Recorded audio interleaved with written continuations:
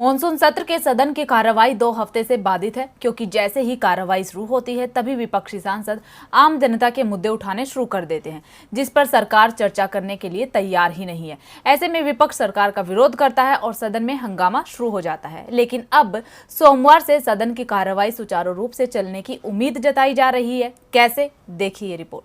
18 जुलाई से शुरू हुआ संसद का मॉनसून सत्र हंगामेदार रहा।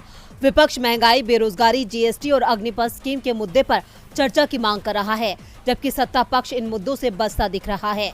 शुक्रवार को भी संसद के दोनों सदनों में हंगामा हुआ, जिसके बाद दोनों सदनों की कार्यवाही सोमवार तक के लिए स्थगित कर दी गई।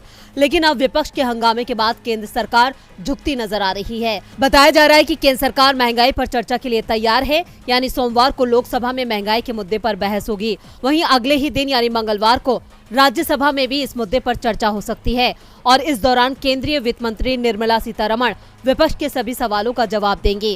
गौरतलब है कि पहले दिन से ही संसद में विपक्ष ने कहा कि इन मुद्दों को सर्वोच्च प्राथमिकता दी जानी चाहिए और बाकी सभी को अलग रखा जाना चाहिए।